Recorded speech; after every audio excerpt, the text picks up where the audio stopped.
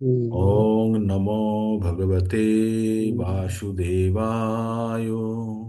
ॐ नमो भगवते वासुदेवाय। ॐ नमो भगवते वासुदेवाय। ॐ अज्ञानतिमिरान्धस्य ज्ञानाञ्जनशलाकया चक्षुरुन्मीलितं येन तस्मै শ্রীগুরুবে নমঃ। হরে কৃষ্ণা। তো আমরা ভগবদ গীতা, ভগবানের মুখনিসৃত বাণী, আর ভগবানের মুখনিসৃত বাণী আমরা প্রতিনিয়ত শ্রবণ করি, প্রতিদিন শ্রবণ করি। আপনারা প্রত্যেকে বেড়ে বেড়ে পার্টিসিপেট করেন। হুম, আপনারা সকলে ঘুমের সঙ্গে কম্প্রোমাইজ করে আপনারা এসে এই প্রোগ্রামে অ্যাড হন। তো কালকে আমি একটি কথা বলছিলাম যে ওই মেন সেকশনে যখন চলছিল তখন চলছিল যে আমরা মানসিকতাকে কিভাবে শক্ত করতে পারি, হ্যাঁ, শক্ত করতে পারি। তো সেটি আমার একটা ভিডিও রেকর্ডিং আপনাদের সঙ্গে শেয়ারও করেছিলাম যে যে আমাদের শক্ত মানসিকতা তৈরি করা, লোহার মতো আমাদের ডিটারমিনেশন, যে ধৃতি যেটাকে বলে বা ডিটারমিনেশন আমরা কিভাবে তৈরি করব। তো তার প্রথম চরণ হচ্ছে, প্রথম পর্ব হচ্ছে ঘুম থেকে তাড়াতাড়ি ওঠা। এই যে বিছানার সুখ ত্যাগ করে ওঠার যে শক্তি, সেই শক্তিটাই আপনার দৃঢ়তার প্রমাণ। ঠিক। তো এই এই যে মনুষ্য সমাজে আমরা 15 জন কানেক্টেড আছি, প্রচুর সংখ্যাতে আছে। ইভেন গরমের সময় আমাদের সংখ্যা অনেক বেশি থাকতো, শীতের সময়তে আমাদের সংখ্যা কম হয়ে গেছে। বিভিন্ন জন বিভিন্ন কারণে যুক্ত হতে পারছে না, কেউ ঠান্ডা জলে স্নান করতে পারছে না, কেউ ঘুম থেকে উঠতে পারছে না, কেউ ঠান্ডা সহ্য হয় না কারো, তাই না? বিভিন্ন লোক পাবেন। কিন্তু ওই একই কথা, শেষে কারা টিকে আছে সেটি অত্যন্ত গুরুত্বপূর্ণ। আমরা কতজন দিয়ে শুরু করেছিলাম, কোথায় আমরা টিকে আছি, তাই না? তো আপনি জানবেন যত বেশি শুদ্ধতার দিকে যাবেন, আবার কিছু সংখ্যায় দেখবেন ওরা কেটে যাবে এই ভেবে, আরে ভগবদ গীতা তো পড়ে নিয়েছে আর কি পড়ার আছে, তাই না? এইভাবেও অনেকে কেটে যাবে, কারণ আগের ব্যাচের অনেকেই দেখেছি তারা ভেবেছে ভগবদ গীতার ডিপ্লোমা সার্টিফিকেট পেয়ে গেছি, আমি অনেক জেনে গেছি, আমি চলে গেলাম। কিন্তু ভগবদ গীতার জ্ঞান প্রত্যেকটা মুহূর্তে আরোহণ করা এবং সেগুলির রস আস্বাদন করা এবং জীবনে তার প্রয়োগ করা, সেটি একবারে হবে না। আপনারা যে ভগবদ গীতা কয়েকবার পড়ে ফেলেছেন বুঝি, একবার 18 দিনের পড়েছেন, তারপরে এই তো 120 দিনের বিস্তারিত আমরা আলোচনা করেছি, তবুও আপনাদের মনে হয় পুরো গ্রন্থটি আপনারা জেনে গেছেন? বা প্রত্যেকটা না, প্রত্যেক মুহূর্তে মনে হয়। আমিও কয়েকবার পড়েছি, হয়তো 8-10 বার বা তারও বেশি হয়ে গেছে। কিন্তু আমার আমার মনে হয় যেন যখনই পড়ি তখনই মনে হয় যে আরে এই জিনিসটা তো আমি আগের বার ভালো করে পড়িনি। তো এই যে রস আস্বাদন করা, আর 2 নম্বর হচ্ছে প্রভুপাদের পারপটগুলো অত্যন্ত গুরুত্বপূর্ণ, যে তাৎপর্যগুলো লেখা আছে অত্যন্ত গুরুত্বপূর্ণ, ওইগুলোকে কখনোই আমাদের মিস করা উচিত নয়। ঠিক। তো এইভাবে আমরা ভগবদ গীতার জ্ঞান অর্জন করছি। আমরা সমস্ত ভগবদ গীতা কিন্তু শেষ করে ফেলেছি। আমরা 1 থেকে শুরু করে 18 নম্বর অধ্যায় পর্যন্ত শুরু করেছি। আজকে আমরা যেটা করব সেটা করব, আমরা 18 নম্বর অধ্যায়ের রিভিশনটা দেব। 18 নম্বর অধ্যায়ের রিভিশনটা দেব। তার আগে বলি, আমরা 15 তারিখ থেকে আবার ভগবদ গীতার সেশন শুরু করছি, 15 তারিখ থেকে। তো আপনাদের সকলকে আমি কালকে গ্রুপে পাঠিয়েছি রাইট আপটা, লেখাটা মনমোহন প্রভুর কাছেও গেছে এবং সকলের কাছে আছে, সেটি অন্য গ্রুপে আপনারা ফরওয়ার্ড করুন। আর মনমোহন প্রভুকে বলছি ওইটা ছেপে আপনি ওই মন্দিরে যেখানে যেখানে লাগান সেখানে লাগিয়ে দিন। বা অন্যান্য প্রভু যে মাতাজি যারা আছেন, তারা দেখবেন আমাদের গ্রুপে আমি একটা পিডিএফ দিয়েছি, লেখা দিয়েছি, ওই লেখাটাকে ছেপে নিয়ে আপনারা বিতরণ করুন। যারা যারা যুক্ত হতে চায়, বিভিন্ন ধরনের পদ্ধতি আমাদের অবলম্বন করতে হবে। মন্দিরে টাঙিয়ে দিন, তারপরে রাস্তাতে যদি আপনি চান পুস্তকের সঙ্গে ওটাকেও দিতে থাকুন, একটা লিফলেট বানিয়ে নিন, নিয়ে বানিয়ে নিন। যদি লিফলেট বানানোর সময় শুধু ডেট এবং মান্থের ওই জায়গাটাকে খালি রাখুন, ওই জায়গাতে খালি রেখে পেন দিয়ে ভরে দেবেন, তাহলে পরবর্তীতেও ওই লিফলেটটাই আপনার আবার কাজ করবে, ডেটের জায়গাটাকে শুধু ভরে দিলে, তাই না? তো অজিত প্রভুজিকে আমি বলবো যে প্রভুজি যদি লালটুর থেকে আপনি বানিয়ে নিন, ছোট করে বানিয়ে নিতে পারেন চাইলে, বানিয়ে শুধু ওই ডেটের জায়গাটা শুধু খালি রেখে ওইটাকে বানিয়ে নিতে পারেন। হুম। অজিত প্রভু বা অসিতশ্রী প্রভু, আপনারা যদি চান লালটুকে দিয়ে 50 পিস বানিয়ে নেবেন, নিয়ে ডিস্ট্রিবিউট করুন। আর ডিস্ট্রিবিউশনের বিভিন্ন পদ্ধতি হতে পারে, ওয়ান টু ওয়ান কথা বলে হতে পারে, মন্দিরে টাঙিয়ে দিন, কোনো মন্দির যেখানে যেখানে লোকেরা হরিনাম করে সেই সব মন্দিরে টাঙিয়ে দিন। পুস্তক বিতরণের সঙ্গে তাদেরকে এই কাগজটা বিতরণ করুন। জানি আপনি 10 জন ট্রাই করলে হয়তো 2 জন আসবে, কিন্তু এই 2 জনকে আনতে গেলে তাহলে আমাদেরকে, তাহলে 10 জন আনতে গেলে আমাদেরকে 100 জনকে বিতরণ করতে হবে, তাই না?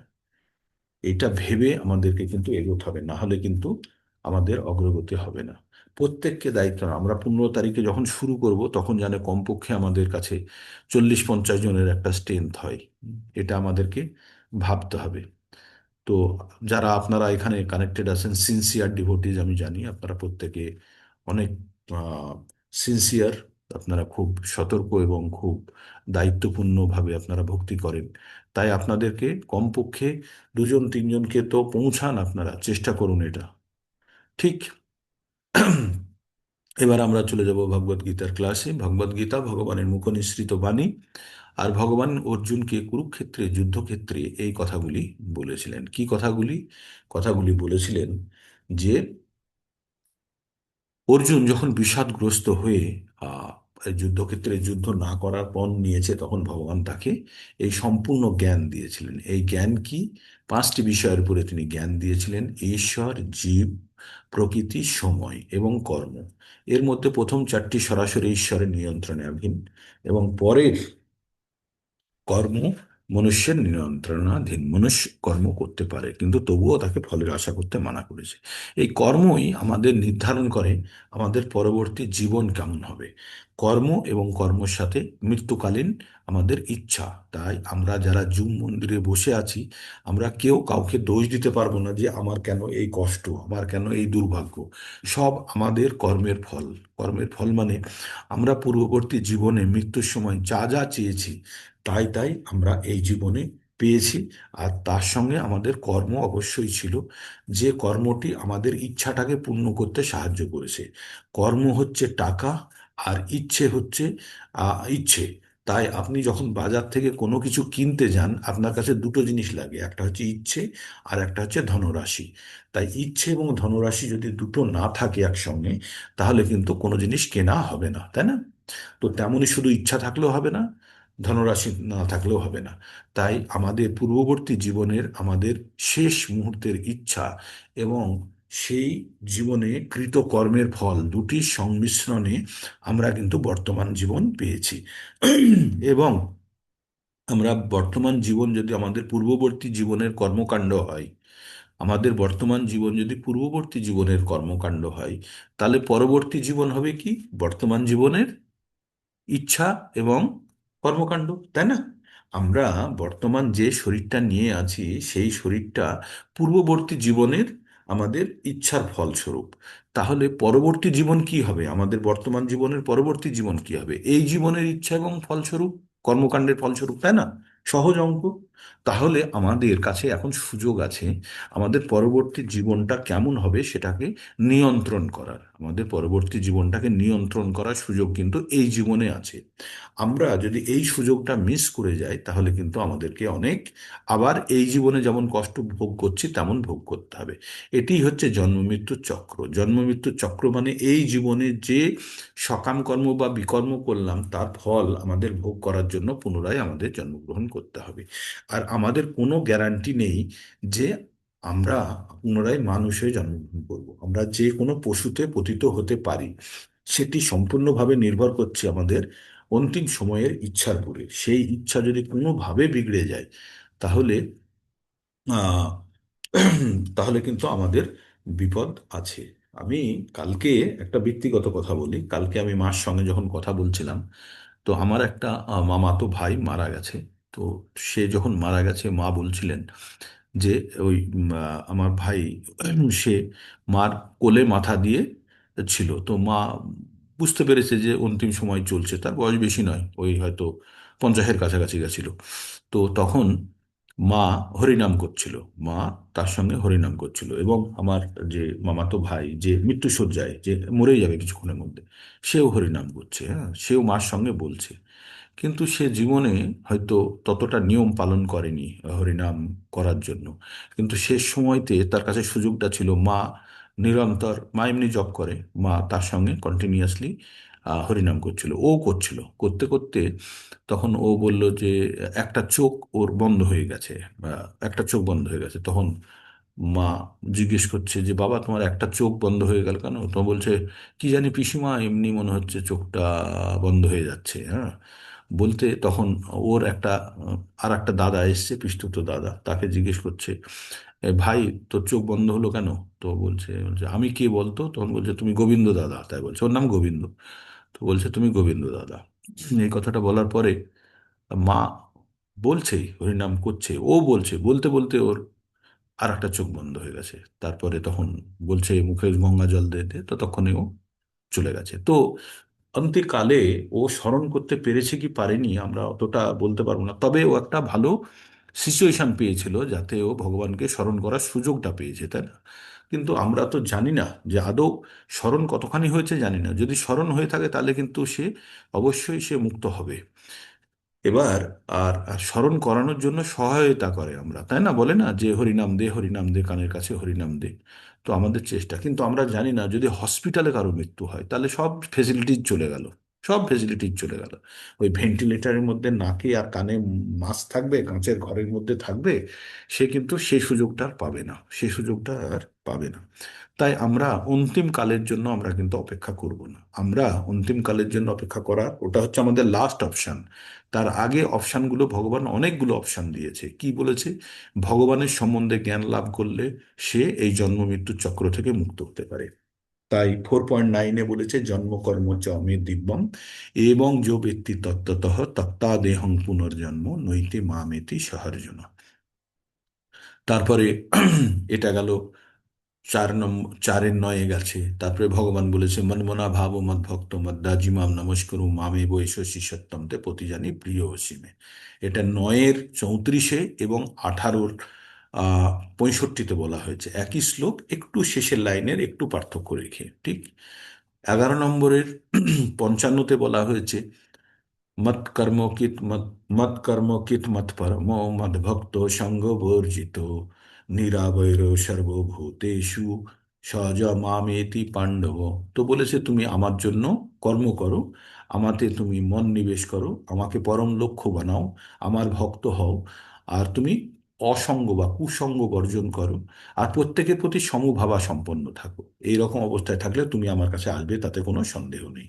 আমরা তাই করি। তারপরে আমরা আর কি করতে বলেছে, ভগবান কি বলেছে? শেষে বলেছে ভগবান, যো ইদম পরমম গুহ্যম মদ্ভক্তেষু অভিদাস্যতি ভক্তিময়ী পরম কীর্তা মামে বৈশস্যি অসংশয়। ভগবান বলেছেন যে এই পরম জ্ঞান যে আমার ভক্তদের মধ্যে বিতরণ করে, সে যে অবশ্যই আমার কাছে আসবে, তাতে কোনো সন্দেহ নেই। তো এইভাবে ভগবান আরো অনেক রাস্তা বলেছে। তো আমরা এই পাঁচটা ছটা আমরা এইগুলোকে সামনে রেখে আমরা এগুলোকে ফলো করে চলি। এবার আমরা 18 নম্বর অধ্যায়ে কি পড়লাম? 18 নম্বর অধ্যায়ে আমরা খুব সংক্ষেপে চলছি। 18 নম্বর অধ্যায়ে আমরা যেটা পড়লাম সেটা হচ্ছে 17 নম্বর অধ্যায়ের সঙ্গে রেশ রেখে। তাহলে 17-তে কি পড়লাম? 17-তে অর্জুন ভগবানকে প্রথমেই জিজ্ঞেস করেছিল, ভগবান, যারা শ্রদ্ধা সহকারে ভগ কোনো অনুষ্ঠান করে কিন্তু তারা নিয়ম মানে না, শাস্ত্রের বিধান না মেনে শ্রদ্ধা সহকারে করছে, তাদের তুমি কি রকম নাম দেবে? কি রকম শ্রদ্ধা বলবে? তখন ভগবান বললেন যে শ্রদ্ধা 3 প্রকারের হয়, তাই না? সত, রজ, তম। তাহলে আমরা পড়লাম, আমরা পড়লাম ভগবদ গীতা, আহ, আমরা পড়লাম যে শত রজ তম 3টে গুণ 14 নম্বর অধ্যায়ে পড়লাম, তাই না? প্রকৃতির 3টে গুণ, ওই প্রকৃতির 3টে গুণের প্রভাব আমাদের কিন্তু সব সময় আমাদের জীবনে লেগে আছে, ঠিক। তো 17 নম্বরে 17 নম্বরে অর্জুন জিজ্ঞেস করেছিল যে যে শাস্ত্র বিধিম উৎসর্য যজন্তে শ্রদ্ধান্বিতাঃ তেষাং নিষ্ঠা তু কা কৃষ্ণ সত্যমাহ রজস্তম। তো জিজ্ঞেস করেছিল যে যে শ্রদ্ধা সহকারে আহ, ভক্তি করছে, বা ভক্তি বা বা কোনো অনুষ্ঠান করছে, তাকে পুজো পাঠ করছে, কিন্তু সে শাস্ত্রবিধি না মেনে, তাহলে তাকে কি বলবে? তাই ভগবান বলেছিলেন শ্রদ্ধা তিন প্রকারের। তো আমরা 17 নম্বর অধ্যায় থেকে আমরা পাঁচটি বিষয়, তিনটে গুণের দ্বারা প্রভাবিত হতে দেখেছি। পাঁচটি বিষয় কি, কে বলবেন? কেউ বলতে পারবেন ফটাফট পাঁচটি বিষয়? আমাদের 17 নম্বরে কি পাঁচটি বিষয় সম্বন্ধে জানলাম? আঙ্গুল করে বলতে শ্রদ্ধা, পারবেন? আহার, শ্রদ্ধা, আহার, যজ্ঞ, দান, তপস্যা। খুব সুন্দর, খুব সুন্দর। হরে কৃষ্ণা। মাতাজির জন্য একটা হরে কৃষ্ণা। তারপরে আমরা 17 অধ্যায়ে আমরা কি শিখলাম? শ্রদ্ধা, আহার, যজ্ঞ, দান, তপস্যা। আর আর শেষের দিকে কি শিখলাম? ওং তৎসৎ। হ্যাঁ, ওং তৎসৎ, এটি একটি শব্দ ব্রহ্মের কথা বলে আমরা 17 নম্বর অধ্যায় শেষ দেখলাম। তারপরে 18 নম্বর অধ্যায়ে গিয়ে অর্জুন কি করলেন? ভগবানকে কি করলেন? প্রথম প্রশ্নটি করলেন, সন্ন্যাসস্য মহাবাহো তত্ত্বম ইচ্ছামি বেদিতুম ত্যাগস্য চ ঋষিকেশ পৃথক কেশিনী সুদানা। তো অর্জুন ভগবানকে জিজ্ঞেস করলেন, ত্যাগী আর ত্যাগী আর সন্ন্যাসের মধ্যে পার্থক্য কি? তো ভগবান কি বললেন? ভগবান বিভিন্নভাবে বললেন যে ত্যাগী আর সন্ন্যাসীর মধ্যে সামান্যই পার্থক্য। যে ত্যাগী, সে সে যা- কাদের কাদের মত দিলেন ভগবান? প্রথমে অন্যদের মত দিলেন, বিচক্ষণ ব্যক্তিদের মত দিলেন। তিনি বললেন যে পণ্ডিতরা মনে করে যে কর্ম ত্যাগ করাটাকে বলছে সন্ন্যাস, কর্ম ত্যাগ করা। আর ত্যাগী কারা? ত্যাগী যারা কর্মের ফল ত্যাগ ফল করেছে। ত্যাগ করে। ঠিক আছে। তারপরে ভগবান কি বললেন? এই যে আবার অন্য আর একটা গ্রুপ কি বলেন, যে কর্মেতে দোষ থাকে তাই কর্ম ত্যাগ করা উচিত। কর্মে দোষ থাকে, কারণ কর্মের কি বন্ধন হয় আমাদের? সকাম কর্মের জন্য হয় আমাদের পুণ্য, আর বিকর্মের জন্য হয় পাপ। তাহলে এই দুটি আমাদের বন্ধন এনে দেয়, তাই বন্ধনকারী। হুম। তারপরে আমাদের কি কি বললেন? যে তুমি হে অর্জুন, আমি তোমাকে বলছি যে এই ত্যাগও তিন প্রকার হয়ে থাকে। তাই ভগবান কি কি জিনিস সম্বন্ধে বললেন এখানে? তিন প্রকার। 18 নম্বরে বললেন ত্যাগ। কর্ম, কর্তা, বলুন জ্ঞান, মনমোহন প্রভু, বুদ্ধি। বলুন। মনমোহন প্রভু বলুন। প্রভু ও, আমি তো ভুলেই গিয়েছিলাম। রেসিটেশন আছে, আপনিও বলুন তো কত নাম্বার ছিল শ্লোক? রিসাইটেশন 1-8। হ্যাঁ, 1 মিনিট। 1-8। কে কল করেছিল? কল করেনি কেউ, আমার তো হঠাৎ মনে হলো না, কালকে খুব আচ্ছা, বিজি ছিল তো। বলছে 1 মিনিট।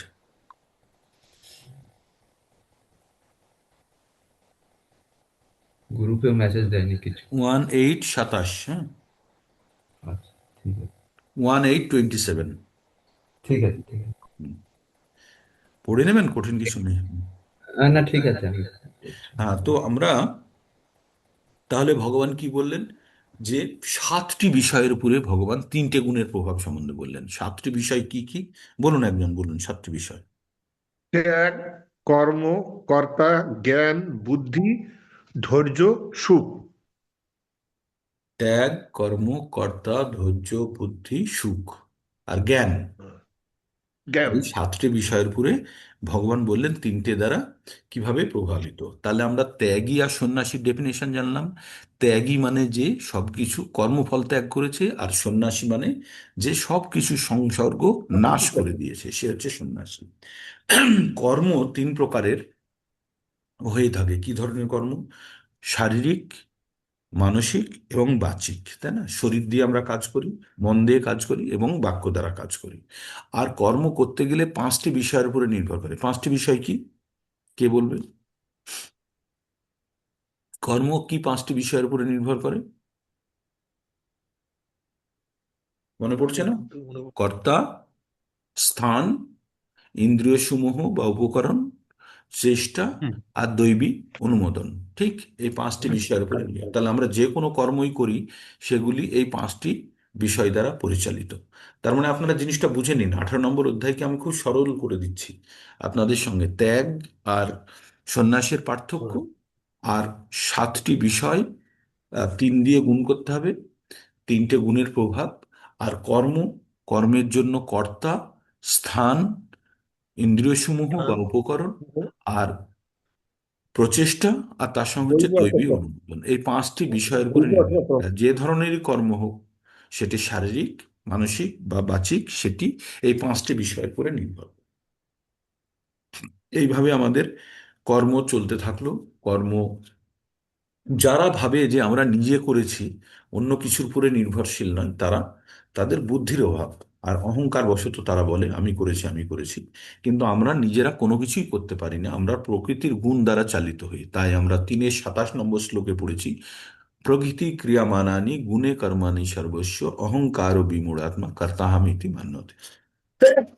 তাই আমরা যে সমস্ত কার্যগুলি করি সবই প্রকৃতির গুণ দ্বারা চালিত হই। কারণ অর্জুন একবার ভগবানকে জিজ্ঞেস করেছিলেন যে আমরা ইচ্ছা না থাকা সত্ত্বেও কেন আমরা এই পাপ কাজ করে ফেলি। তখন ভগবান বলেছিলেন এটি রজগুণের প্রভাব। হ্যাঁ, কাম ও এসো ক্রোধ ও এসো রজগুণ সমুদ্ভব। এই যে কাম আর ক্রোধ আমাদের রজগুণ থেকে উৎপন্ন হয়, তাই আমাদের সবসময় সতর্ক থাকা উচিত যাতে আমরা কখনোই রজগুণের প্রভাবে না আসি। তাই রজগুণ যে কামনা, আমাদের আমাদের সব থেকে বড় শত্রু। আর কামনা কোথায় লুকিয়ে থাকে? কামনা কোথায় লুকিয়ে থাকে? আমাদের ইন্দ্রিয় সমূহে, আমাদের মনে আর আমাদের বুদ্ধিতে। তাই আমাদের ইন্দ্রিয় সমূহকে, সেই জন্য যারা ব্রাহ্মণ কোয়ালিটি উৎপন্ন করতে গেলে বা ব্রাহ্মণ কোয়ালিটি তৈরি করতে গেলে কি বলে? সম দম তপ শৌচং।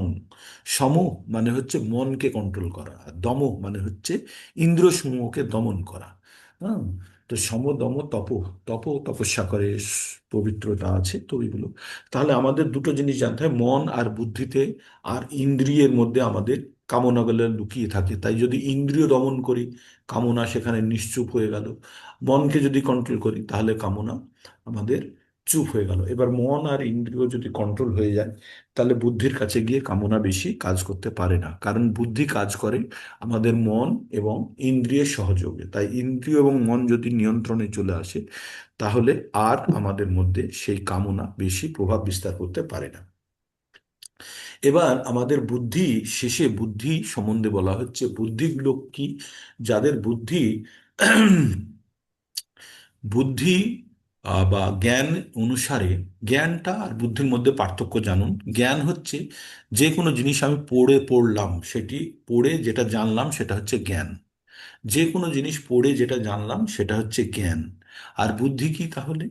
বুদ্ধি হচ্ছে সেই জ্ঞানের উপরে বল করে আমি যদি কোনো সিদ্ধান্ত নিই, বা সিদ্ধান্ত নেওয়ার ক্ষমতাকে বলে বুদ্ধি।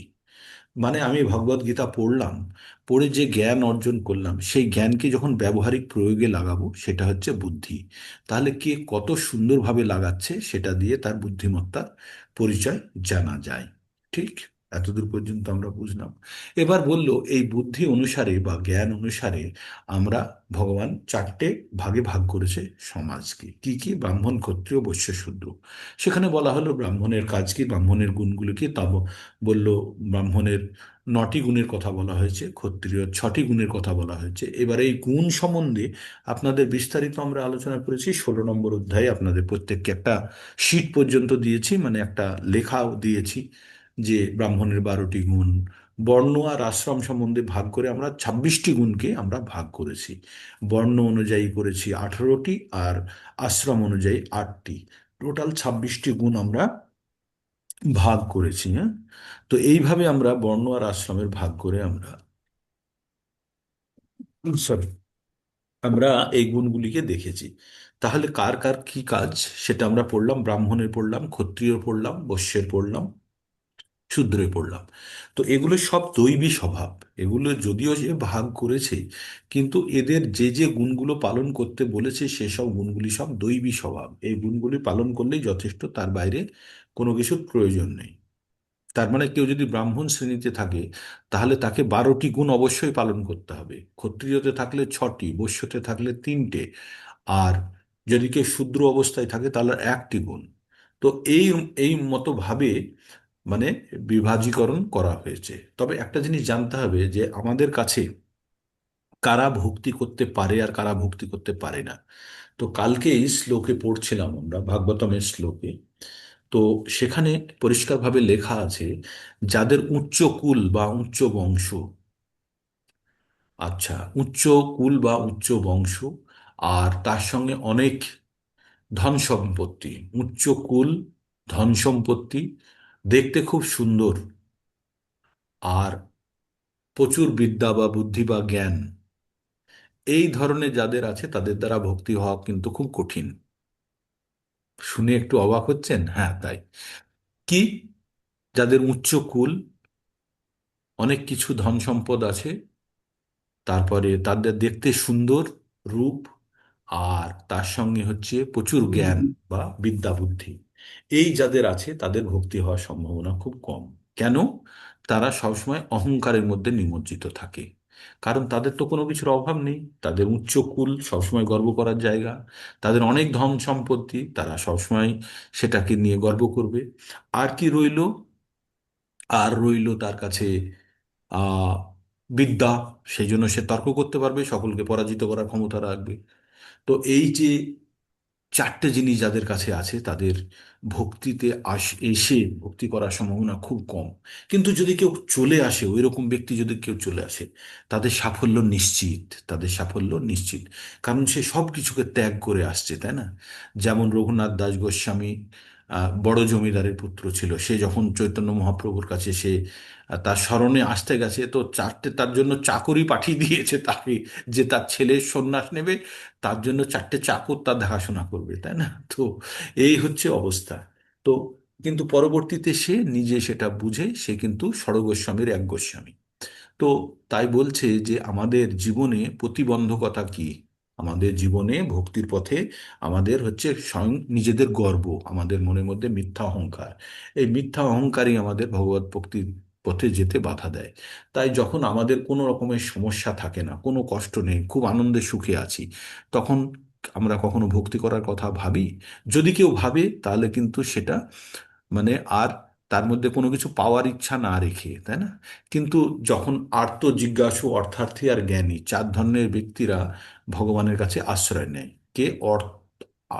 আর্ত মানে দুঃখী, জিজ্ঞাসু মানে যার মনের মধ্যে প্রশ্ন আছে, আর যে অর্থার্থী, যার টাকার প্রয়োজন, আর জ্ঞানী। তো ভগবান কি বলেছে? এরা চারজনই আমার কাছে প্রিয়, কিন্তু এর মধ্যে জ্ঞানী সব থেকে বেশি প্রিয়। কেন? কারণ জ্ঞানী সবকিছু জেনে আমার কাছে এসছে, বাকিরা কিছু পাওয়ার জন্য এসছে, তাই না? আর্ত গেছে তার দুঃখ দূর করার জন্য, অর্থার্থী গেছে টাকা পাওয়ার জন্য, জিজ্ঞাসু গেছে তার মনের প্রশ্ন দূর করার জন্য, কিন্তু জ্ঞানী সবকিছু জেনে ভগবানের শরণাপন্ন হয়েছে। তো এইভাবে আমরা আমরা যদি আমাদের নিজেদের উপরে নিয়ন্ত্রণ করতে পারি, সে আমরা যে যে অবস্থাতেই থাকি না কেন, প্রকৃত জ্ঞান অর্জন করে যদি নিয়ন্ত্রণ করতে পারি, তাহলে আমরা কিন্তু ভগবানের দিকে যেতে পারি। তো এই বুদ্ধিকে যদি নিয়ন্ত্রণ করে যে অবস্থাতে মানুষ থাকতে পারে, সেটাকে বলছে ব্রহ্মভূত অবস্থা। ব্রহ্মভূত অবস্থা যখন হয়, তখন সে কোনো কিছুর জন্য তার আর চাওয়া পাওয়া থাকে না। সমস্ত জাগতিক চাওয়া পাওয়াকে সে সে আহ, নাশ করে দিয়েছে, সে দূর করে দিয়েছে, ঠিক আছে? দিয়ে সে ব্রহ্মভূত অবস্থায় পৌঁছে যায়। এবার ব্রহ্মভূত অবস্থার আমাদের ডেফিনেশনটা কি দেয়া আছে? ব্রহ্মভূত অবস্থার ডেফিনেশনে দেয়া আছে যে, এক মিনিট, কোথায় গেল? চুয়ান্ন, 54-55 নম্বর শ্লোকাতে আছে, হ্যাঁ। ব্রহ্মভূত প্রসন্নাত্মা কি বলছে? ব্রহ্মভূত প্রসন্নাত্মা না শোচতি না কাঙ্ক্ষতি, সমো সর্বেষু ভূতেষু মদ্ভক্তি লভতে পরম। খুব গুরুত্বপূর্ণ শ্লোক, আপনারা মুখস্থ করবেন। কি বলছে? ব্রহ্মভূত প্রসন্ন আত্মা, যে ব্রহ্মভূত অবস্থায় আছে তার আত্মা সবসময় প্রসন্ন, খুশিতে থাকে, না শোচতি না কাঙ্ক্ষতি, কোনো কিছুর জন্য দুঃখ প্রকাশ করে না, কোনো কিছু চাহিদাও নেই। সম সর্বয়েষু ভূতেষু, প্রত্যেকটা জীবের প্রতি সমভাবা সম্পন্ন। মদ্ভক্তি লাভতে পারাম, সে আমার পরম ভক্তি লাভ করতে পারে। কে বললেন? ভগবান। ব্রহ্মভাব প্রাপ্ত প্রসন্ন চিত্ত ব্যক্তি কোনো কিছুর জন্য শোক করেন না বা আকাঙ্ক্ষা করেন না, তিনি সমস্ত প্রাণীর প্রতি সমদর্শী, এবং সমদর্শী হয়ে সে ভগবানের পরাভক্তি লাভ করে। এবার ভগবানের পরাভক্তি কারা লাভ করে সেটা ভগবান বলছে।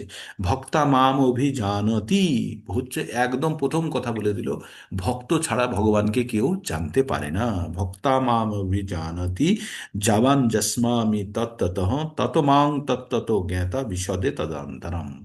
বলছে ভক্ত শুধু আমাকে জানতে পারে। এবার যখন ভক্ত তত্ত্বগতভাবে জেনে ফেলে, তখন ভগবানের ধাম ধামে সে প্রবেশ করতে পারে, যেটা আমরা 4.9-এ দেখেছি। তাই ভগবান কি বললেন, ভক্তির দ্বারা কেবলমাত্র সর্বগতভাবে ভগবানকে, ভগবান কে সেটা জানা যায়। সেই রূপে কেউ যদি ভগবানকে তত্ত্বগতভাবে জানতে পারেন, এইরকম ভক্তির দ্বারা ভগবানকে তত্ত্বগতভাবে জেনে তিনি ভগবানের ধামে প্রবেশ করতে পারেন, যেটা আমরা 4.9-এ বলেছি, তারই এটা এক্সটেনশন। তাহলে ভক্ত ছাড়া কেউ কি কিন্তু ভগবানকে জানতে পারবে না। একজন কম্পিউটার যাকে তাকে হাতে দিলে চালাতে পারবে? পারবে না, কারণ তার কাছে কম্পিউটার চালানোর জ্ঞান নেই। কিন্তু সে যদি কম্পিউটার চালানোর জন্য শিক্ষা লাভ করে, তাহলে সে কম্পিউটারটি চালাতে পারবে। আর যদি শিক্ষা লাভ না করে, তাহলে তার কাছে একটা মনে হবে খেলনাই, তাই না, এই যেটা খুশি টিপে দিলেও হয়ে গেল, তাই না? তার নয়। তেমনি ভগবানের ভক্তির জন্য তার পাসওয়ার্ড জানতে হবে, ভগবান ভক্তির পদ্ধতি জানতে হবে, ভগবান ভক্তি কি সেটা জানতে হবে। যখন কেউ জ্ঞান লাভ করবে, তখন সে ভগবানের জন্য ভক্তি করতে পারবে। আর ভগবানের ভক্ত ছাড়া ভগবানকে কেউ জানতে পারবে না। তাই অর্জুনকে ভগবান বলল যে তুমি সবকিছু অহংকার ত্যাগ করো, করে আমি যেটা বলছি সেটা তুমি শোনো। আর যদি তুমি না শোনো, তাহলে তুমি কিন্তু নষ্ট হয়ে যাবে। আর তোমার প্রবৃত্তি হচ্ছে, তুমি হচ্ছে ক্ষত্রিয়, তাই তোমার প্রবৃত্তি অনুসারে তুমি যুদ্ধ করতে উদ্যত হবে। প্রথমে না বললেও পরে কিন্তু যুদ্ধ করতে উদ্যত হবে। এই বলে ভগবান তিনি শেষ শেষ সেকশনে নিয়ে গেলেন। গিয়ে এবার ভগবান অর্জুনকে সামারি হিসাবে বলছেন, কি বলছেন, ঈশ্বর সর্বভূতানাং হৃদ্দেশে অর্জুন তিষ্ঠতি ভ্রাম্যয়ান সর্বভূতানি যন্ত্র অডুরানি মায়া। এই শ্লোকটি আপনারা পারলে মুখস্থ করবেন। ভগবান বলছেন, ঈশ্বর সর্বভূতানাং, ঈশ্বর প্রত্যেকটি জীবের হৃদয়ে অবস্থান করে। হে অর্জুন, আর কি করে, আর বলছে যে এই প্রত্যেকটা মানুষকে ভগবান এই যন্ত্রে বসিয়ে একটা প্রাণী থেকে আর একটা জীবে সে শুধু পরিবর্তন করাতে থাকে, একটা জীব থেকে আর একটা জীবে নিয়ে যায়, হ্যাঁ, পরিবর্তন করাতে নিয়ে যায়। তাই ভগবান কি বলছে, ঈশ্বর সর্বভূতানাম, প্রত্যেকটি জীব, ভূত মানে হচ্ছে জীব, প্রত্যেকটা জীবের সৃষ্টির যে কোনো জীবের মধ্যে হৃদয়ে ভগবান অবস্থান করেন এবং তাকে এই মায়ার যন্ত্রে বসে, মায়ার যন্ত্র কি, আমাদের শরীর, আর এই যন্ত্র কি দিয়ে তৈরি হয়, পঞ্চভূতে তৈরি হয়। এই পঞ্চভূতের শরীরে বসে একটা প্রাণীর শরীর থেকে আর একটা প্রাণীর শরীরে নিয়ে যায়। কিভাবে নিয়ে যাচ্ছে, আমরা এখন মানুষ আছি, আমাদের কোন শরীরে নিয়ে যাবে, যেদিকে আমি যেতে চাইবো, আমার ইচ্ছা আর আমার কর্মফল আমাকে অন্য আর একটি জীবনের দিকে নিয়ে যাবে। তাহলে আমার ইচ্ছা যেটা, এই জীবনের যে অপূর্ণ ইচ্ছাগুলি, আর আমার যে বর্তমান জীবনের কর্মফল, এই দুটি সংমিশ্রণে আমাকে পরবর্তী জীবন দেবে। তাই আমাদের হাতে একদম সম্পূর্ণভাবে নির্ভর করছে আমরা পরবর্তী জীবন কি পাবো, আর আমরা আমাদের কর্মফল আর ইচ্ছার উপরে নির্ভর। এই জ্ঞান আমরা ভগবদ গীতা থেকে পাই। কোনো ফিজিক্স, কেমিস্ট্রি, বায়োলজি, জিওগ্রাফি পড়ে আমরা এই জ্ঞান পেতে পারি না। এই জ্ঞানে কি বলছে, পরবর্তী জীবন কি হবে সেটি সম্পূর্ণভাবে নির্ভর করছে বর্তমান জীবনে কর্ম এবং ইচ্ছার উপরে। তারপরে ভগবান বললেন, তাহলে তোমাকে একটা জীবন থেকে আর একটা জীবনে বারবার এই ট্রান্সফার হওয়ার থেকে তুমি একটা কাজ করো, তামেব শরণম গচ্ছ সর্বভাবেনা ভারত, তৎপ্রসাদাৎ পরম শান্তিম স্থানং প্রাপ্স্যসি শাশ্বতম। তো বলল, তুমি তার শরণে চলে যাও। কার? ভগবান নিজেরই বলছে, সম্বন্ধেই বলছে, বলছে তুমি তার শরণে চলে যাও, গিয়ে সর্বতোভাবে তুমি তার শরণে চলে যাও, এবং তার দয়াতে তুমি একটা চরম শান্তির জায়গা পাবে, যেখানে আর শাশ্বতম জায়গাটা, যেখানে গেলে তোমাকে আর বারবার জায়গা পরিবর্তন করতে হবে না। এই কথা বলার পরে ভগবান অর্জুনকে বললেন যে তোমাকে আমি গোপন থেকে গোপনতম জ্ঞান তোমাকে আমি দিয়ে দিয়েছি, এবার তুমি বিশ্লেষণ করো, করে তোমার যা মনে হয় সেটা করো। কি বললেন, ইতিতে জ্ঞানম অখ্যাতম গুহ্যাৎ গুহ্যতরম ময়া বিস্মৃশ্যৈদাত শেষন যথা ইচ্ছসি তথা কুরু। অর্জুনকে বললেন ভগবান যে তোমাকে আমি সব গোপন থেকে গোপন জ্ঞান দিয়ে দিয়েছি, এবার তুমি বিশ্লেষণ করে যেটা তোমার ঠিক হয় সেটা করো। এটা তো ভগবান ভগবান হিসাবে জ্ঞান দিলেন। তারপরে অর্জুন চুপ করে আছে, ভগবান এবার ভাবছে অর্জুন আবার কনফিউশনে গেল নাকি। তখন ভগবান কি বললেন, এবার বন্ধু হয়ে ভগবান এবার তাকে বলছে যে ঠিক আছে, তুমি আমার পরম বন্ধু, তো আমি তোমার হয়ে কাজটা করে দিচ্ছি, আমি তোমাকে বলছি যে তোমার কি করা উচিত। তো বলে, সর্বগুহ্যতমম ভূয়ো শুনো মে পরমম বচ ইষ্টোষি মে দৃঢ়মিতি তত বক্ষ্যামি তে হিতাম। ভগবান বললেন, তুমি আমার পরম বন্ধু, পরম মিত্র, তাই তোমার মঙ্গল কামনায় আমি তোমার হিতার্থে আমি এই কথাগুলো বলছি, তুমি শোনো। হুম। এইবার ভগবান সেই উপদেশ দুটো দিচ্ছে, কি দিচ্ছে? মনমনা ভাব মদ্ভক্ত, মনমনা ভব, ভব মানে হচ্ছে হও বা গ্রহণ করো। মনমনা ভাব মদ্ভক্ত মদ্দাজি মাম নমস্কুরু, মামেব এষসি সত্যম তে পতই জানে প্রিয় সীমে। তুমি আমার অত্যন্ত প্রিয়, তাই তোমাকে আমি এই কথাগুলি বলছি। তুমি আমাতে মন চিত্ত অর্পণ করো, তুমি আমার ভক্ত হও, তুমি আমাকে পুজো করো, তুমি আমাকে নমস্কার করো। তুমি যে আমার কাছে আসবে এতে কোনো সংশয় নেই, আমি তোমার কাছে প্রতিজ্ঞা করছি, মানে ভগবান গ্যারান্টি দিচ্ছে, ঠিক আছে? তারপরে ভগবান কি বললেন? ভগবান বললেন, সর্বধর্মান পরিত্যাজ্য মামেকাম শরণাম ব্রজ, অহম ত্বাম সর্ব পাপেভ্যো মোক্ষয়িষ্যামি মা শুচঃ। অর্জুনকে বললেন, আমি তোমার সমস্ত পাপ থেকে আমি তোমাকে মুক্ত করে দেবো, তুমি সর্বতোভাবে, তুমি সর্বপ্রকার আলাদা যে ধর্ম আছে বা কর্তব্য আছে সব কিছু ত্যাগ করে তুমি আমার শরণে চলে এসো। আমি তোমাকে সব ধরনের ঝামেলা থেকে, তোমাকে পাপ থেকে উদ্ধার করব। কখনো কখনো বলে না যে বড় দাদা বা ভাই বা কাউকে বলে না যে আমি বলছি তুই কর, যত ঝামেলা আছে আমি দেখে নেব। তেমনি ভগবান বললেন, তোমাকে কোনো জিনিসের জন্য চিন্তা করতে হবে না, বাকি যত কিছু আছে সব আমি দেখে নেব, তুমি আমার কথা শোনো। দিয়ে তারপরে তখন ভগবান বললেন যে এই জ্ঞান, যে পরম জ্ঞান দিল, কোথায় 65 এবং 66-তে বলছে, এই জ্ঞান আবার যাকে তাকে তুমি বলো না। কাদের বলো না? 4 ধরনের ব্যক্তিকে বলো না: যারা অভক্ত, যারা তপস্যা করতে পারবে না, যারা শুনতে চায় না, আর যারা ভগবানকে ঈর্ষা করে। এই 4 ধরনের ব্যক্তিকে তুমি বলো না। তখন অর্জুন ভাবছে তাহলে কাকে বলবো? তখন আবার ভগবান বলছেন, যোইদম পরমম গুহ্যম মদ ভক্তেষু অভিদাস্যতি ভক্তিম মই পরম কিত্তা মামেব এষত্যি অসংশয়। ভগবান বললেন যে এই পরম জ্ঞান যে আমার ভক্তদের মধ্যে বিতরণ করে, সে সে যে আমার কাছে আসবে তাতে কোনো সংশয় নেই। তাহলে ভগবানের কাছে যাওয়ার একটা খুব ভালো রাস্তা, সেটা হচ্ছে ভগবানের এই পরম জ্ঞান অন্যের কাছে পৌঁছে দেওয়া। কিন্তু ভগবানের এই পরম জ্ঞান তখনই অন্যের কাছে পৌঁছবে যখন আমরা সম্পূর্ণভাবে এই জ্ঞানটি গ্রহণ করেছি, না হলে আমাদের থেকে কেউ জ্ঞান গ্রহণ করবে না। তাই যদি আপনি কোনো একজন যদি ভক্ত তৈরি করতে পারেন, তাহলে জানবেন আপনার কিন্তু উদ্দেশ্য সাধিত। তাই আমরা বারবার প্রচারের জন্য আমরা জোর দিই।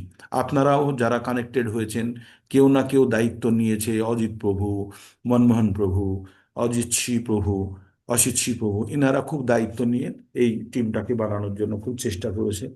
আর মনমোহন প্রভু বাকি অন্যদের সঙ্গে যোগাযোগ করেছে, করে আপনারা একটা টিম বানিয়েছেন, তাই না? তাই হচ্ছে। এবার আপনারা আরো প্রচার করলে টিমটা আরো বড় হবে, আরো সুন্দরভাবে হবে। এবার ভগবান কি বললেন? নাচো তস্মাদ মনুষ্যেষু কশ্চিন্মে প্রিয় কীর্তম ভবিতা নাচ তস্মাদন্য প্রিয়তর ভুবি। ভগবান বললেন, এই পৃথিবীতে তার থেকে আর প্রিয় ব্যক্তি আমার কাছে কেউ নেই। শুনছেন ভগবান আপনাদেরকে কোন জায়গাতে রাখছে? যারা প্রচার করে। ভগবান বলছে তার থেকে প্রিয় ব্যক্তি আর কেউ নেই, না ছিল, না আছে, না হবে। কার থেকে প্রিয়? যে ভগবানের এই পরম জ্ঞান অন্যদের কাছে বিতরণ করে। তার থেকে প্রিয় ব্যক্তি আর ভগবানের কাছে কেউ নেই। তাই ভগবানের কাছে প্রিয় হওয়ার খুব সুন্দর সুযোগ। আপনারা প্রত্যেকে দায়িত্ব নিন, ভগবানের কথা প্রচার করুন, ভগবানের ভক্তিতে তাদেরকে জুড়ান, তাদেরকে পুস্তক বিতরণ করুন, এই জ্ঞান তাদেরকে দেওয়ার জন্য এই সেশনে কানেক্ট করুন। তাই না? আমি এই কথাগুলো আমার নয়, এই কথাগুলো ভগবত গীতাতে লেখা আছে, তাই আপনাদেরকে আমি পড়ে শোনাচ্ছি। হ্যাঁ, তারপরে বলছে, এইবার বলছে যারা মনে করুন প্রচার করতে পারছে না, তারা তারা যদি পড়ে তাহলে কি হবে? তো বলছে হ্যাঁ হবে। তারা প্রচার করতে পারলো না, কিন্তু তারা যদি পঠন করে তাহলেও হবে। তো ভগবান কি বলছে? অধ্যস্যতে চ জয়িমম ধর্মং সংবাদবয় জ্ঞানযোগিনা তেনাহমিষ্ট স্বামীতি মে মতি। ভগবান বললেন, যারা এই জ্ঞান পঠন করে জ্ঞান অর্জন করছে, তাদের ওই জ্ঞান যোগের দ্বারা আমি পূজিত হব, সেটাও একটা রাস্তা। হুম। তারপরে ভগবান বললেন, যে পড়তে পারে না তার কি হবে? তখন বলছে, শ্রদ্ধাবান সুয়শ্চ শৃণোদপি যো নর সোপি মুক্ত সুলোকান প্রাপ্নুয়াত পুণ্য কর্মণাম। তো বললেন, যারা যারা আহ, শুনলো, যারা শ্রদ্ধা সহকারে শুনলো, বুঝলো কি বুঝলো না সে কথা বলেনি, শ্রদ্ধা সহকারে শুনলো, তারা কিন্তু পুণ্য অর্জন করলো। তারা পুণ্য ব্যক্তিরা যে উচ্চ গ্রহ লোকে যারা স্থান পায় সেই স্থান তারা পাবে। তো আপনারা কি পুণ্য করতে চান? আপনারা কে কে পুণ্য করতে চান? হাত তুলুন, কে কে পুণ্য করতে চান? এই ভগবত গীতা শ্রবণ করে আপনারা পুণ্যর মধ্যে থেমে থেমে থাকতে চান? কেউ আছেন? হুম, কেউ থাকবেন না আমি জানি। তারপরে ভগবান অর্জুনকে জিজ্ঞেস করলো, অর্জুন, তোমাকে যে এতক্ষণ আমি বললাম তুমি কি ঠিকভাবে শুনেছো? তাই বলছে, কশ্চিৎ এতচ্ছুতম পার্থ তয়া ঐকাগ্রেণ চেতসা কশ্চিন জ্ঞান সম্মোহ পুনস্তস্তে ধনঞ্জয়। বলছে, হে ধনঞ্জয়, হে পার্থ, তুমি কি একাগ্রতার সঙ্গে শুনেছো আমি তোমাকে যে কথাগুলো বললাম? এবার ভগবান কে অর্জুন বলছে, এবার কি বলছে? অর্জুন বাচ নষ্টো মোহ স্মৃতির্লব্ধা তৎপ্রসাদাৎ ময়াচ্যুত স্থিতোऽস্মি গত সন্দেহো করিষ্যে বচনং তব। তো এবার অর্জুন বললেন যে আমার মোহ দূর হয়েছে, আমি স্মৃতি ফিরে পেয়েছি তোমার দয়াতে, হে ভগবান। তোমার দয়াতে আমি কি কি পেয়েছি? আমি আমার মোহ দূর হয়েছে, স্মৃতি ফেরত পেয়েছি, আর আমি স্থিতোস্মি, আমি এখন স্থির আছি। গত সন্দেহ, আমার মনের মধ্যে যত সন্দেহ ছিল সব দূর হয়ে গেছে। করিষ্যে বচনং তব, আমি এবার তুমি যেটা বলছো সেটা আমি করব। এই পর্যন্ত ভগবদ গীতার অ্যাকচুয়ালি কথোপকথনটা শেষ হয়ে যায়। তারপরে এবার সঞ্জয় এবার বলছে, ইত্যাহং বাসুদেবস্য পার্থস্য চ মহাত্মান সংবাদমিমম শ্রোম সত্যম সংবাদমিমম শ্রৌ শ্রৌ অদ্ভুতম রোমহর্ষণম। তো বলছে, সঞ্জয় বলছে যে আমি এই দুই মহাত্মার এই বাণী শ্রবণ করে আমার এই অদ্ভুত বাণী শ্রবণ করে আমার রোমহর্ষ, মানে আমাদের গায়ে কাঁটা দিচ্ছে। সেটা কে বলেছিল? সঞ্জয় বলেছিল। তারপরে সঞ্জয় বলল, ব্যাসের দয়াতে সে এই কথাগুলো শোনার সুযোগ পেয়েছে, তাই আমি ব্যাসদেবের কৃপায় আমি তাই কৃতজ্ঞতা ব্যক্ত করছে সে। তারপরে সে রাজাকে বলল যে আমি প্রত্যেক মুহূর্তে এই কথাগুলো স্মরণ করে করে আমি খুব রোমহর্ষিত হচ্ছি। আর তারপরে শেষে সঞ্জয় বলল, কি বলল? যত্র যোগেশ্বরা কৃষ্ণ, সবাই বলুন, যত্র যোগেশ্বরা কৃষ্ণ যত্র পার্থ ধনুর্ধরা তত্র শ্রী বিজয়া ভূতৈ ধ্রুবা নীতি মতির্মম। তাই ভগবান বললেন, যেখানে যোগেশ্বর কৃষ্ণ আর যেখানে ধনুর্ধর পার্থ আছে, সেখানে কি কি হয়? শ্রী মানে হচ্ছে লক্ষ্মী, ধন, জয় আছে, নীতি আছে, আর কি আছে? আর অসাধারণ শক্তি ভূতি, সেখানে অসাধারণ শক্তি আছে। তো চারটে জিনিস থাকবে, কি কি থাকবে? সেখানে ধন থাকবে, সেখানে জয় থাকবে, সেখানে অসাধারণ শক্তি থাকবে, আর কি থাকবে? আর থাকবে শ্রী, জয়, অসাধারণ শক্তি আর নীতি বর্তমান থাকবে। এটাই ভগবানের, এটাই সঞ্জয়ের মত। এই বলে ভগবদ গীতার কথা শেষ হলো। আপনাদের চরণ বন্দনা করি যে আপনারা ধৈর্যের সঙ্গে এই কথাগুলি শুনেছেন এবং প্রত্যেক মুহূর্তে আপনারা ইন্টারেস্ট দেখিয়েছেন। এইভাবে ভগবদ গীতার আহ, বাণী 18 অধ্যায় শেষ হলো এবং ভগবদ গীতা শেষ হলো। আপনাদের কারো কিছু প্রশ্ন থাকলে এখানে বলতে পারেন। তবে আমাদের কিসের উপরে জোর দিতে হবে? আমাদের জায়গাটা সিকিওর করার জন্য প্রচারের প্রতি খুব জোর দিতে হবে। খুবই খুবই গুরুত্বপূর্ণ সে প্রচারটি। তাই আপনাদের সকলকে বলবো যে আপনারা নিজের জায়গা সিকিওর করতে কমপক্ষে একজনকে ভক্ত খুঁজুন, একজন দুজন ভক্ত খুঁজুন। আমাদের সংখ্যা 15 তারিখ থেকে কিভাবে আমরা আবার নতুনভাবে শুরু করব সেটি আপনাদের কাছে আমি লিফলেট বানিয়ে পাঠিয়েছি, সেটি অন্যদেরকে ফরওয়ার্ড করুন। অজিত প্রভু এবং অসিত শ্রী প্রভুকে বলবো লালটুর কাছ থেকে কিছু 50 কপি ছেপে নিন, নিয়ে ওই ডেটের জায়গাটা আর মাসের জায়গাটা খালি রেখে ছেপে নিন, ওইখানে ওই কথাটা লিখে আপনারা বিলি করুন আর পুস্তক বিতরণ করুন। এইভাবে আপনারা এগোতে থাকুন। সকলকে বলবো যারা যারা পারবেন এটা বিলি করুন, মন্দিরে টাঙিয়ে দিন, একটা পিচ বোর্ডের সঙ্গে বেঁধে ওইটাকে মন্দিরে টাঙিয়ে দিন, বা যেখানে যেখানে লোকজন যাতায়াত করে টাঙিয়ে দিন। ঠিক এইভাবে আপনারা চেষ্টা করুন, তবে প্রচার বাড়বে। আনমিউট করুন, ক্যামেরা অন করুন। আর হরে কৃষ্ণ প্রভু। বলুন প্রভু। প্রভু, এই যে নাম যদি যেগুলো আমরা কানেক্ট করতে পেরেছি দুজনকে আমি, তারপরে সেগুলো আপনাকে দেবো না প্রভুকে দেবো, কাকে দেবো, সব নামগুলো করবো? মনমোহন প্রভুকে দিন, নামগুলো আমরা গ্রুপে অ্যাড করব তাদেরকে। আর মনমোহন প্রভু এখন ওই ইয়েতে ওখানে শ্লোকা আছে ওর রিসাইটেশন, সেই জন্য প্রভু বেরিয়ে গেছে বুঝি। তো আমরা তারপরে কি করব, আমরা এই গ্রুপে আমাদের গ্রুপে যারা আনওয়ান্টেড আছে তাদেরকেও আবার রিমুভ করব, তাই না, যারা পার্টিসিপেট করে না, বা ফালতু আমাদের গ্রুপ বড় করে তো লাভ নেই, যেগুলো অনর্থ ফালতু যারা নাম লিখিয়ে বসে আছে তাদেরকে মুক্ত করে দেব বন্ধন থেকে। হুম।